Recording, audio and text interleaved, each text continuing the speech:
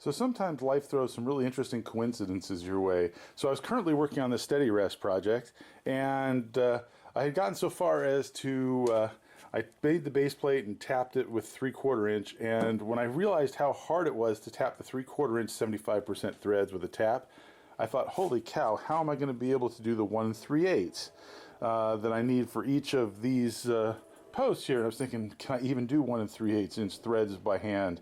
And I bought a really large tap wrench, but man, it was tough. I made this test piece out of cold rolled steel and did it by hand on the vise, and it's round, so it was moving around a bit, which was my mistake. But they didn't come out great. It was extremely hard, and they sort of went in an angle, if you can see the flat spot there. So that was sort of a failed attempt, so it's got me concerned about being able to tap each of these 3 posts that I need to do for 2 inches. It took me like 45 minutes to tap the other part. But strangely enough, at work at the exact same time, one of my friends there who collects old mining equipment, he bought a really large saw blade, somewhere between 3 feet and 4 feet in diameter, and it happened to have a 1 3/8 inch arbor on it. And he said it would be really neat if I could hang this on the wall with an, you know, making it look like the arbor is coming out of the wall. So I'm going to quickly step off this project for a second and make my friend an arbor. It's going to basically be a flat plate, a flat metal plate round, and it's going to have an arbor sticking out of it that I will thread 1 3/8, and I'll make a nut to go along with it, and then put 2 holes in the flange that are vertical that you can screw into a stud in the wall and hold the saw blade on the wall. So I'm going to bring you along for this. I hope you'll find it interesting. All right, let's go. Okay, so initially I've rough faced both sides, and now I need to reduce the diameter on a good portion of it for the screw threads. I'm going to leave enough space that I can cut off a flange. Basically it's going to be a threaded shaft with a flange with 2 screw holes that you can screw into a stud in the wall, and that's pretty much it. So I need to take material back maybe inch and a half for the threads, and then part it off with the flange and drill and tap. And anyway, so I think this is worth sharing. This finish is cold rolled cutting. I've never been able to get a good finish on cold rolled.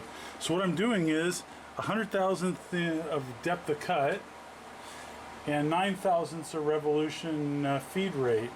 It's absolutely crazy relative to what I'm used to. I've got the RPMs down to 440 RPMs. What a nice finish for cold roll. I've never gotten such a good finish before. Anyways, so let me show you what it looks like in action. The chips coming off are definitely blue and very hot.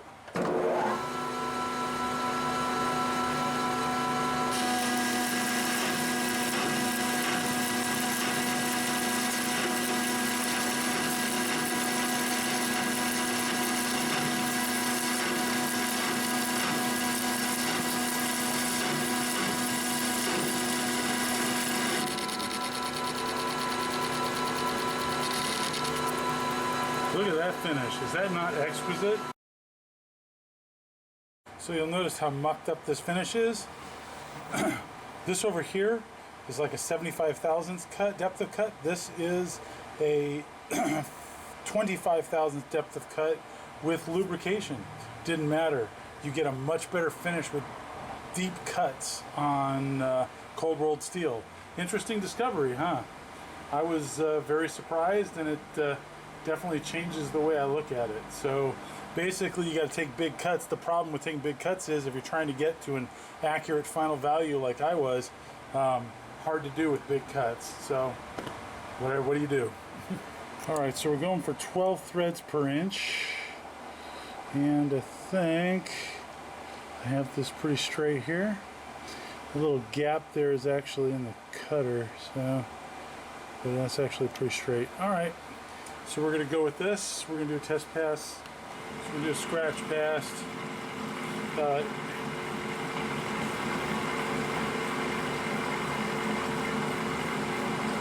Any number on my dial is okay for the half nut. Oops. That's a good number.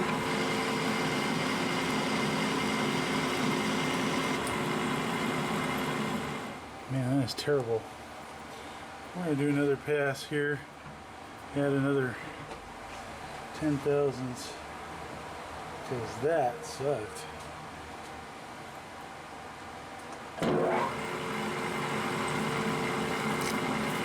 Jeez Louise, that is just... Now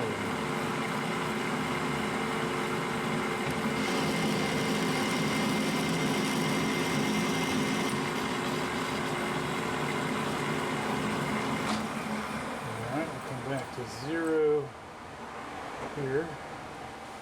Now let's take a look. Yes, that's right on the money. Okay, so we got a ways to go. I'll do a bunch more passes and I'll bring you back.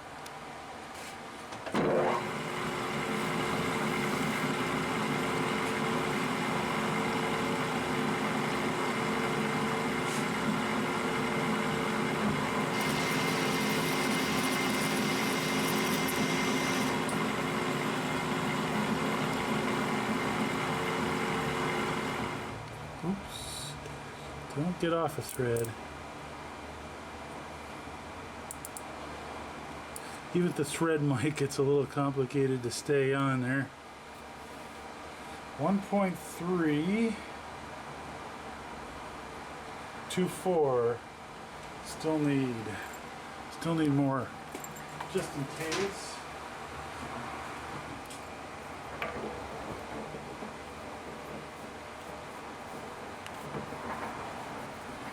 Very tight.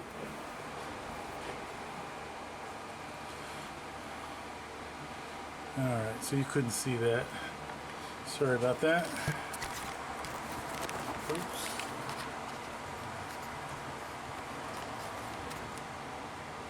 So here's the part I'm going to make the nut out of. Too tight. Get about 1.5 threads on. We're out still 5/1000ths from where it says, so that shouldn't be surprising. Pull you out a little ways so let you see what's going on here. So we're going to dial it back to 0.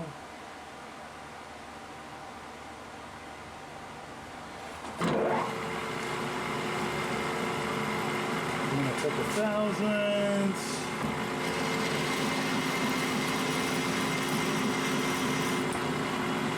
Do another pass.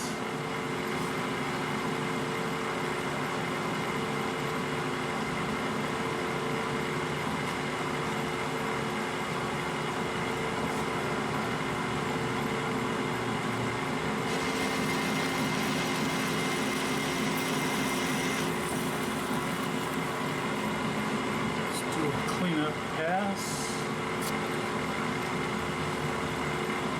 Well, I gotta say, I'm not getting a lot of cleanup on these. It's kind of impressive, really. Yeah, not a lot of cleanup at all. Alright. Let's take a measure. Still need to file the sharp edges off this, which maybe I'll do right now.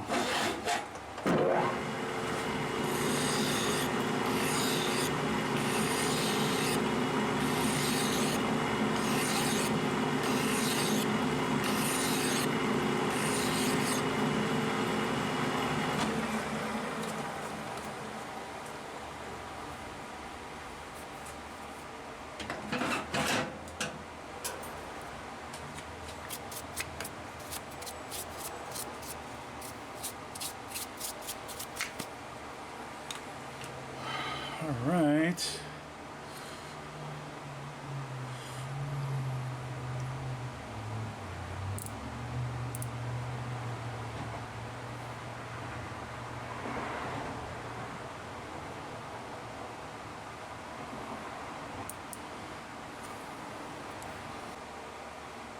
.320, so I'm 1/1000th away. So, heck, let's just try it. So we should be 1/1000th large, so it should still be kind of tight.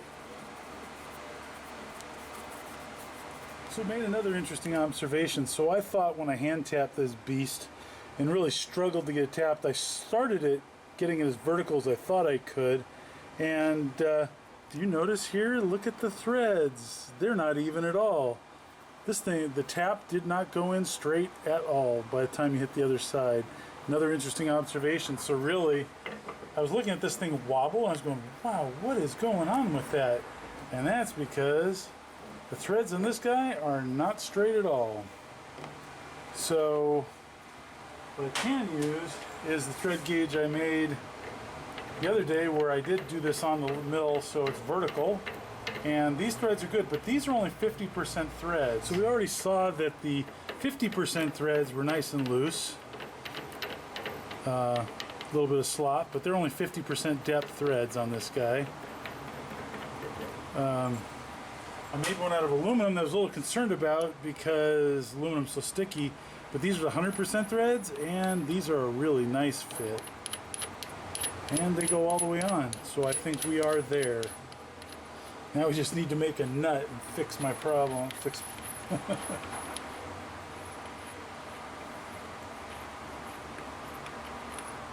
So there we go. And the thread gauge I was hoping to use, worthless. Not straight up and down, and it did not cut straight up and down. That is amazing how far off that was. This is a boat anchor. So now I just need to part this guy off. So I've got a flange, file the inside edges a little bit. I'll be back. By the way, in case you're wondering, this thread mic set is a Shars set. I got it used on eBay, and all the parts were here, and it's still in reasonably good shape. Gotta say that it's a little bit harder to read than other mics, but it works just fine, and for the price, can't be beat. So Shars delivers, and it's got a ratcheting thimble, you know, for the price, can't be beat. You know, you get a Mitutoyo, you're looking at, I don't know, $500-700, some crazy thing like that. So definitely good for the price, and works. By the time these threads were right, I was right in the middle of the ideal pitch range, so everything was jiving. So now we need to tap this guy. Is going to be quite something. So because this is so hard to tap with such a big tap, I'm going for 50% threads. It doesn't need to be strong. This is purely ornamental. So we're just going to do 50% threads and call it a day, because to be honest, I don't think I could do full threads on this, because it is seriously tough once you get more than just a couple threads in.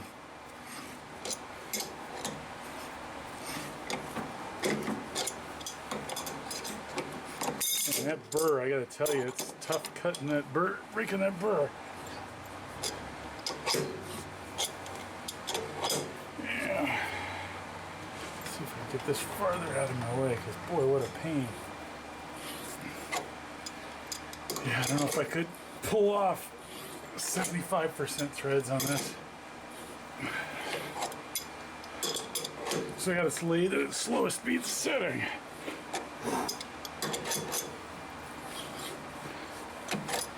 Close. Oh. I think they're there.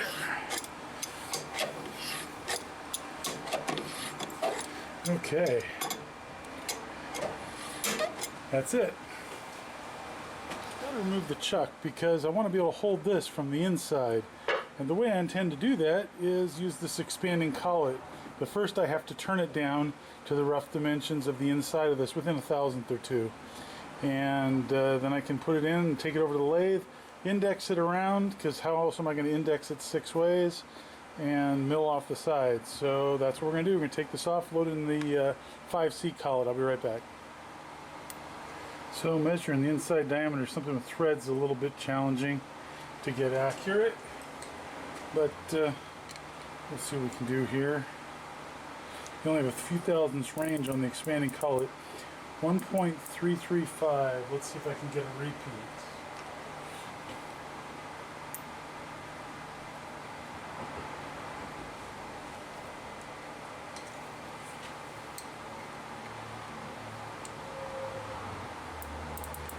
.335.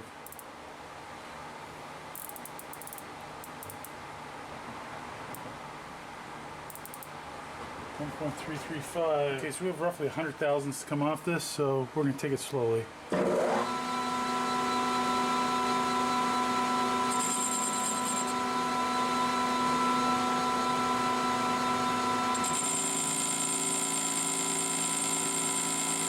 5/1000th pass. 1/1000th a revolution, definitely an interrupted cut.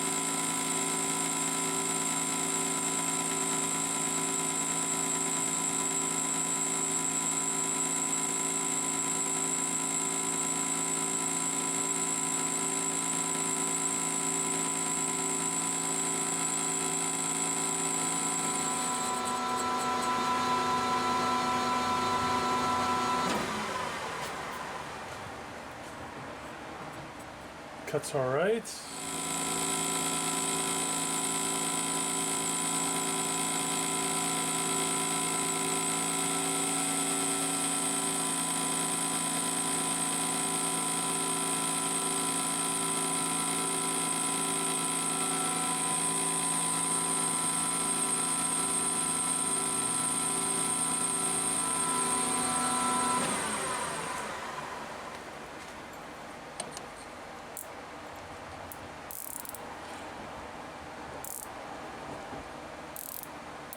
.338, 1.338. So we're the 3/1000ths over I wanted to be.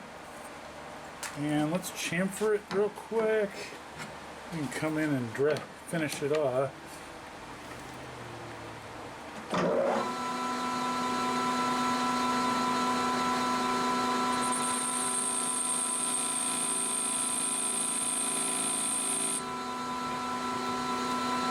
Wasn't quite sure how this insert with this thin edge would handle chamfering interrupted cut, but it did a great job. So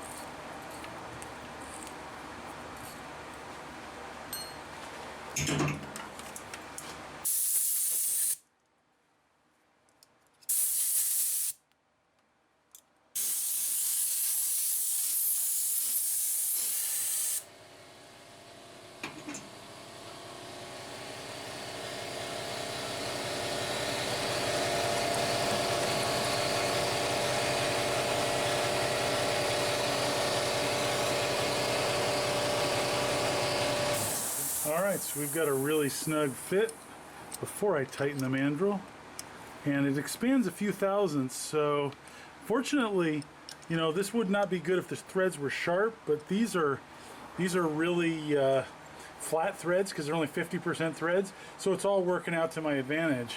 So there it is, holding nice and tight.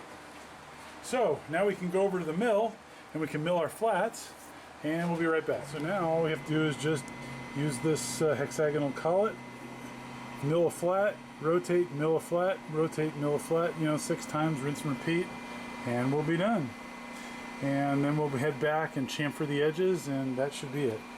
So that's the final tail of the expanding mandrel. We chamfered the corners just a little bit, and now we just have to take some burrs off, which we'll do off the expanding mandrel, and we should be done. The twist of fate, the expanding mandrel is screwed. It's so tight I can't get it undone, and they used a soft bolt in the middle, so the Allen's just stripped right out. And it's not very deep either, which is just lovely. I'm going to use a left-handed drill bit, running the lathe in reverse. The only thing is this is a self-tightening chuck, so hopefully it won't loosen. I've cinched on it.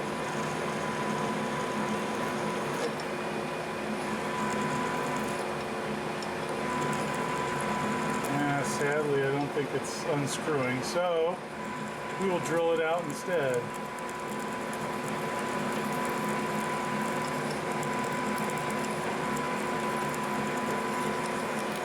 There we go.